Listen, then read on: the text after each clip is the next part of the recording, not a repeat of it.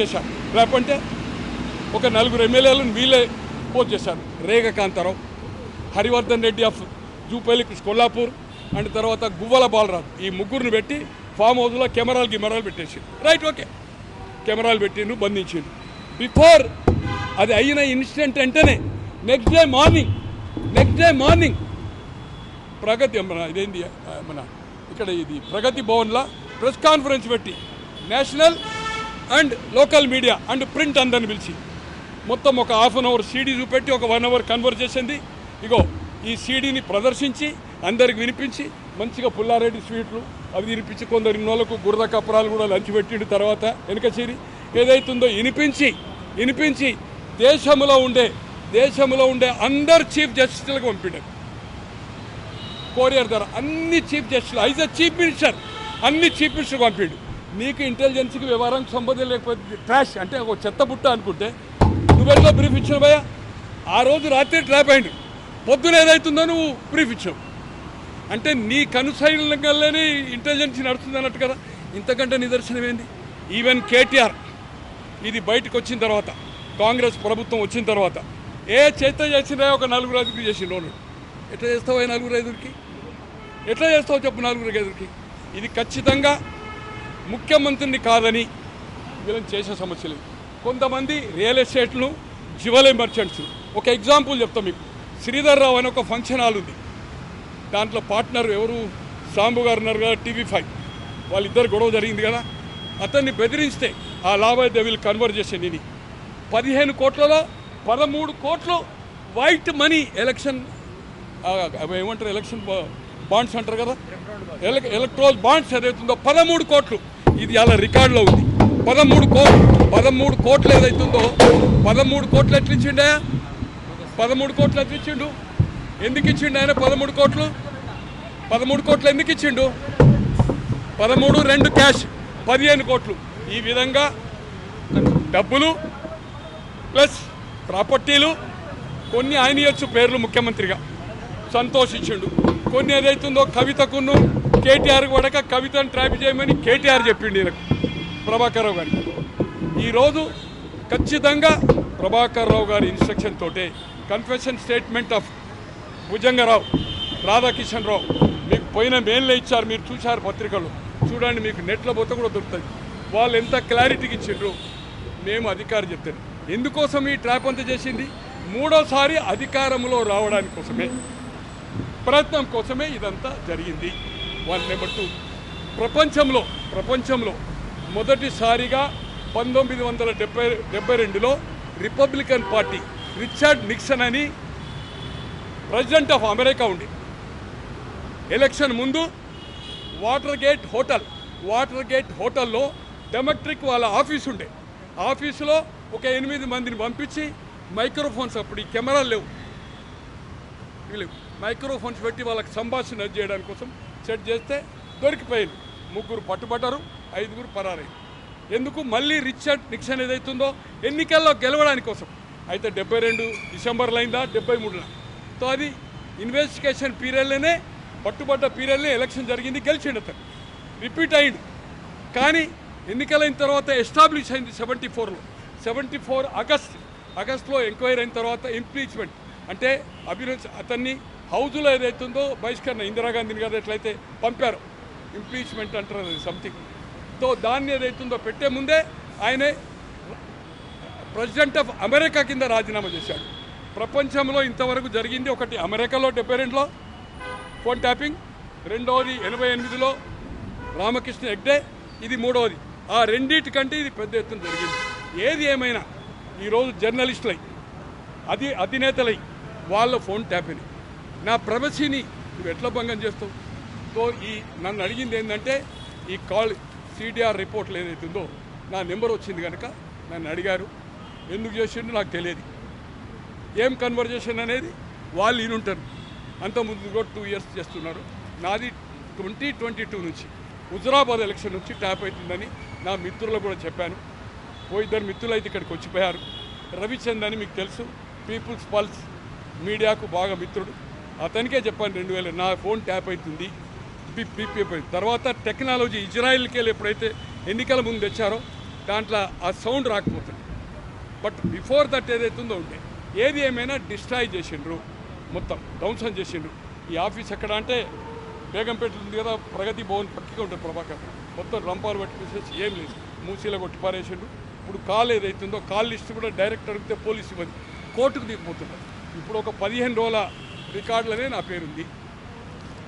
మిగతా ఏదైతుందో అన్ని కంపెనీస్ తోటి తీసుకున్న తర్వాత 2 సంవత్సరాలు కోర్టుకైతే. ఏది ఏమైనా నేను మీ మీడియా ద్వారా బీజేపీ నుంచి ఇక్కడి నుంచి 8 మంది ఎంపీలయ్యారు, లోక్సభ 2 మంత్రులయ్యారు. ఇప్పటికైనా మీది కూడా ఇన్వెస్టిగేషన్లు ఉంది కనుక దీన్ని సిబిఐకి తీసుకోమని మీరు హోమ్ మినిస్టర్కు, ప్రధానమంత్రికి రిప్రజెంట్ చేయండి. ఇది ఒక్కరు కాదు, 1200 మంది. నేను అనుకుంటే 1200 మందిలో ఓ 100-150 మంది నక్సలైట్ సానుభూతి పరులు ఉండొచ్చు. మిగతా 11,000 పైన మెజార్టీ 50% పాలిటీషియన్స్. ఇది ఏది ఏమైనా ఇది మీడియాను, పౌరులను ఏదైతుందో వాళ్ళ ఒక ప్రైవసీని ఏదైతుందో భంగం చేసి కొన్ని బ్లాక్మెయిల్ చేసి కూడా ఏదైతుందో జరిగింది. దాంట్లో సినిమా వాళ్ళు కూడా ఉన్నారని చెప్తాను. వాళ్ళు ముందుకు వస్తారా రారా, రాబోయే రోజుల్లో అవన్నీ అవుతుంది. ఏది ఏమైనా వితౌట్ సీఎం ఏ ఒక్క డిఐజీ ఇంటెలిజెన్సీ అంటే స్పెషల్ ఇన్వెస్టిగేషన్ బ్యూరో అనుకోండి తో ఇన్స్ట్రక్షన్ లేనిది ఈ పని జరగదు. వాళ్ళకి అవసరం లేదు. ఎక్కడ జరగలే ఇంతవరకు, ఈ రాష్ట్రంలో జరగలే, ఎక్కడ జరగలే. ఒకే రాష్ట్రం జరిగింది, that is Ramakrishna Hegde. Step down అయ్యింది. అమెరికాలో ఇంతవరకు చరిత్రలో ఎక్కడ anything sir.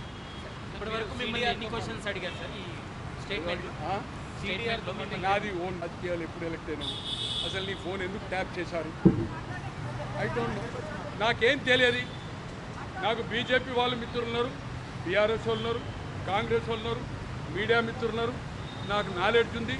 Any DIG ఇంటెలిజెన్సీ, డిఐజీల కానిచ్చేది DIG ఇంటెలిజెన్సీ నేను కొనుక్కోకుండా పేరు చెప్పదలుచుకోలే.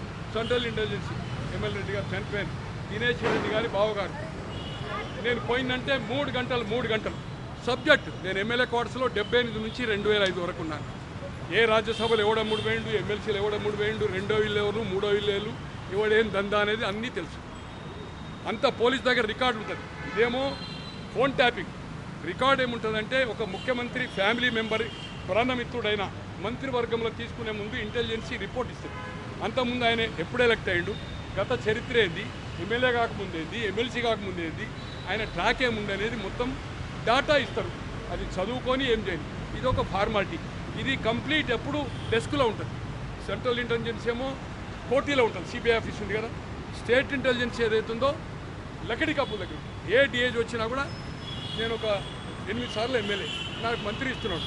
నేను గతంలో ఏమేం చేసిన దందేంది అనేది మొత్తం రిపోర్ట్ ఇస్తాను. మంత్రివర్గం ప్రమాణ స్వీకారమయ్యే కార్పొరేషన్. ఇది ఫార్మాలిటీ.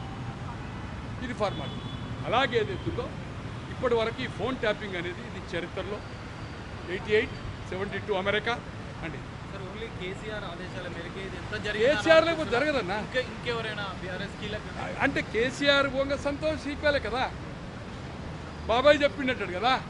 కేటీఆర్ అయితే సీఎం ఇంట్లో ఉంటుండు కదా, ఆయన చెప్తే ఆయన కవిత మీద చేయించాడు. లేకపోతే సంతోష్ చెప్పి కవితకు సంతోష్ కూడదు కదా. హరీష్ రావు గారి పేరు చెప్పిండు. వాళ్ళు ఫ్యామిలీ మెంబర్స్ కదా, ఒక కుటుంబం కదా, కుటుంబ పాలన కదా, రీజనల్ పార్టీ కదా. కొత్త కుటుంబాలకు సంబంధించిన ఫోన్లు కూడా డెఫినెట్ ఒకటే అండి.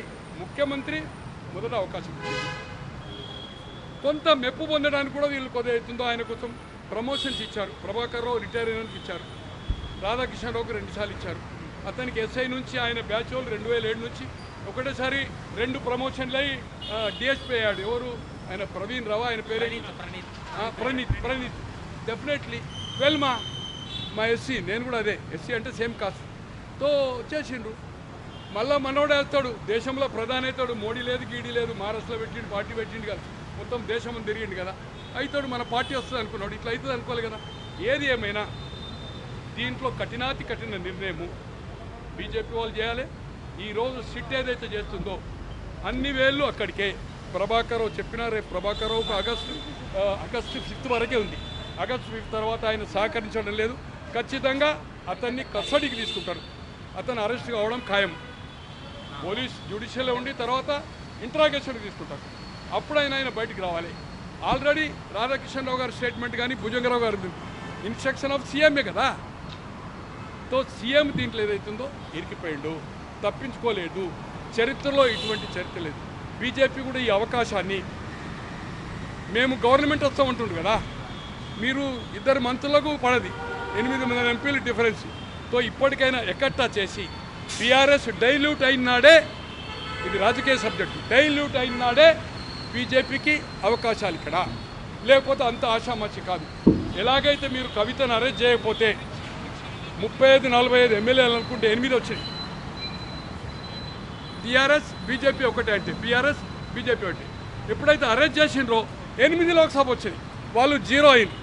రేపు ఇక్కడ బీజేపీ మీకేమన్నా స్ట్రెంత్ పెరగాలన్నా, మీకేమన్నా ప్రజా ప్రయోజనాల దృష్ట్యా కానీ, ఈ నియంత ప్రభుత్వము, ఈ అవినీతి చేసిన ప్రభుత్వము, కుటుంబ పాలన పోవాలనుకుంటే ఖచ్చితంగా మీరు దీన్ని ఏదైతుందో సిబిఐ కానీ దీని మీద స్ట్రాంగ్ ఏదైతుందో ఒక డిసిషన్ తీసుకోవాలి. అమెరికా చరిత్ర ఉంది, ఇండియాలో ఉండే హెగ్డే చరిత్ర ఉంది, క్లారిటీగా ఉంది. డైరెక్ట్ ఏదైతుందో ఈ గవర్నమెంట్ కూడా రేవంత్ రెడ్డి గారు జైల్లో అన్నాడు, ఏమన్నా చిత్తశుద్ధి ఉంటే ఇది మంచి కేసు, ఖచ్చితంగా ఏదైతుందో కేసీఆర్ని ఏదైతుందో సిట్ పిలవలసిన అవసరం ఉంది, సంతోష్ని పిలవలసిన అవసరం ఉంది, కవితను పిలవలసిన అవసరం ఉంది, వాళ్ళ కుటుంబ సభ్యులందరినీ ఏదైతుందో కాల్ డేటా ఉంది. ముఖ్యమంత్రిని ఇన్స్ట్రక్షన్ లేకుండా చేసే అవకాశమే లేదు. వాళ్ళని పిలవాలా. ఈరోజు ప్రైవసీకి భంగం చేసింది కనుక దానికి వాళ్ళు శిక్ష అర్హులు. నేను అనుకుంటున్న 3 years కొన్ని సెక్షన్స్ ఉన్నాయి, 3 years కొన్ని ఎబో ఉన్నాయి అంటుండ్రు. నేను దాన్ని స్టడీ చేయలేదు.